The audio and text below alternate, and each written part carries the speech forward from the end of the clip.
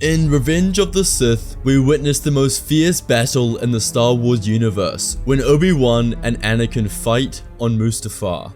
This duel between master and apprentice ultimately sees the master prevail when Kenobi strikes Anakin's limbs from his body and sentences him to a life confined in a metal suit. But what if things didn't go this way? What if Obi-Wan actually killed Anakin then and there on the lava bank? As Obi-Wan approached his former Padawan on the planet Mustafar, he could feel a wave of emotions rising within him. He had not seen Anakin in a long time, but he had heard some disturbing rumors about the young Jedi's recent actions. Rumors of a deepening connection to the dark side of the Force and of betrayal and murder. As he confronted Anakin, Obi-Wan's fears were confirmed. Anakin had indeed fallen to the dark side, and he now stood before his former master as a Sith Lord, his eyes blazing with hatred and anger. Obi-Wan knew that he had to stop Anakin before it was too late. He ignited his lightsaber, and the two Jedi began to battle with a ferocity that shook the very ground beneath them. For a time, it seemed as though the fight could go either way. Anakin was a powerful opponent, fueled by his rage and his connection to the dark side. But Obi-Wan had years of experience and training, and he was determined to bring his former apprentice back to the light. As they battled, Obi-Wan could sense the conflict within Anakin. A part of the young Jedi still longed to return to the light, to be redeemed for his terrible deeds. But the pull to the dark side was strong, and Anakin's anger and hatred continued to drive him forward. In a final, desperate move, Anakin lunged at Obi-Wan with his lightsaber, determined to strike the killing blow. But Obi-Wan was ready for him. Instead of the timeline that we already know, what if Obi-Wan went straight for Anakin's heart? In a swift and practiced motion, Obi-Wan swung his lightsaber and killed Anakin Skywalker. The sound of the metal meeting flesh echoed across the barren landscape of Mustafar as Anakin fell to the ground, his body broken and lifeless. Obi-Wan stood over him, his heart heavy with the weight of what he had just done. For a moment, there was silence, and then, in the distance, Obi-Wan heard the sound of approaching troopers. He knew that he had to leave Mustafar quickly, before he was discovered by the Empire. Now from here, Kenobi would follow his same movements as in Revenge of the Sith. He would take Padme and bring her to Polis Massa, where she would give birth to twins who, on her deathbed, named Luke and Leia. In this new timeline, Padme would still die. Her heart would be broken at the mention of Anakin's death, and she would lose the will to live. With her death, she left her newborn children alone in the world. Meanwhile, Palpatine was furious at the loss of Anakin. He had invested 10 years of hard work into training and manipulating the young Jedi, molding him into the perfect apprentice. An apprentice who wouldn't die but instead succeed him and see the future of the Sith sustained. Now all of that was lost, and Palpatine's fury was massive. He went on a rampage, slaughtering clones who happened to be next to him.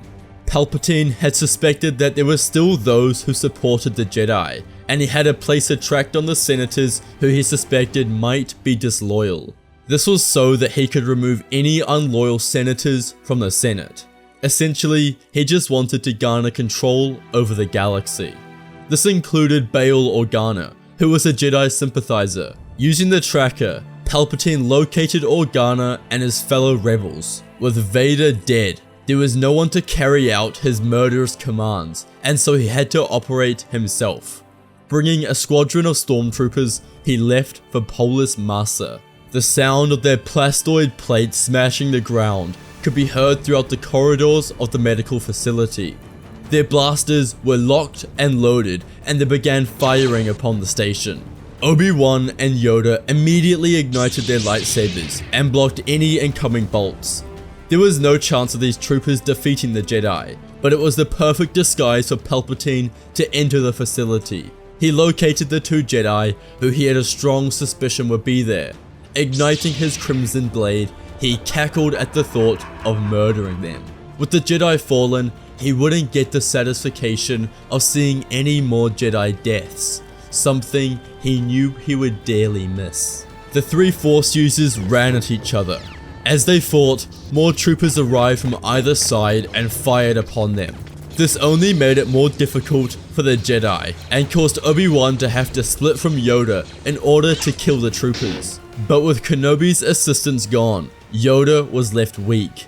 He leapt over the top of Palpatine and swung more, using his agility and Form 4 fighting style to beat Palpatine. But he was unable to.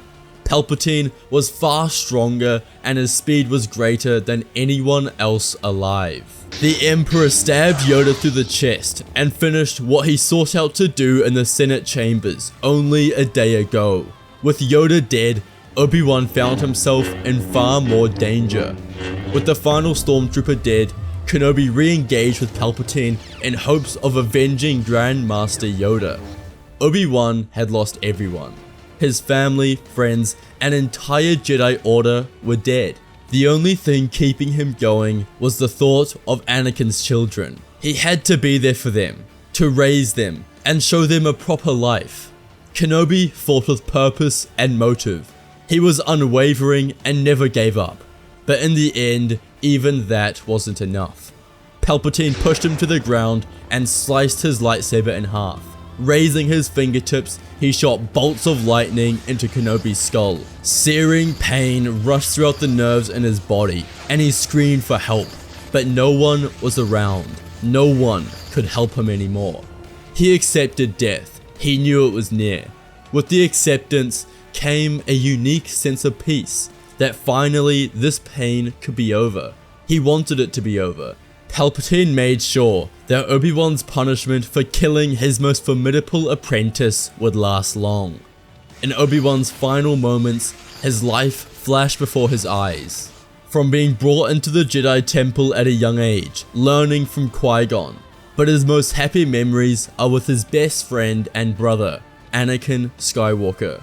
How did this all go so wrong? He thought to himself. Obi-Wan shut his eyes one last time. He was at peace. Palpatine had done what he sought out to do. He killed Yoda and Obi-Wan, and eliminated any last possibility of revolt or rebellion against him. He entered the medical facility and found two children who he knew were Anakin's. This was his chance to get back everything Obi-Wan had took from him. Everything and more. With Anakin's kids came the blood of Skywalker and the Chosen One's potential power. Returning to Coruscant, he began training the kids. He taught them the nature of the dark side, abilities such as Force Choke and his infamous Force Lightning.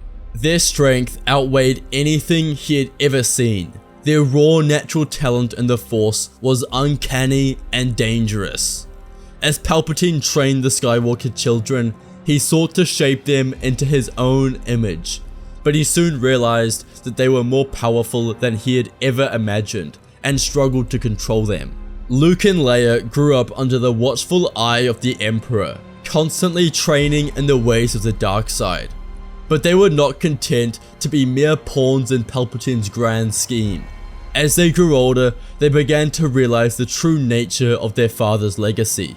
They saw the suffering that his regime had inflicted upon the galaxy, and they began to question their own role in it. Was this the right path? It was all they had ever known, but perhaps there was a different way, a better way. But the corruption of Palpatine made it difficult to ever question his authority. He had created the most powerful Sith empire to ever exist. Palpatine's reign was brutal, and the galaxy was plunged into a new era of darkness and fear. If you enjoyed today's video, you must watch What If General Grievous Killed Obi-Wan, or What If Obi-Wan Joined Anakin. Please check out our Patreon if you would like to support the channel. The link is in the description below. All proceeds go towards making better videos for you guys. Thank you all for watching, and may the Force be with you.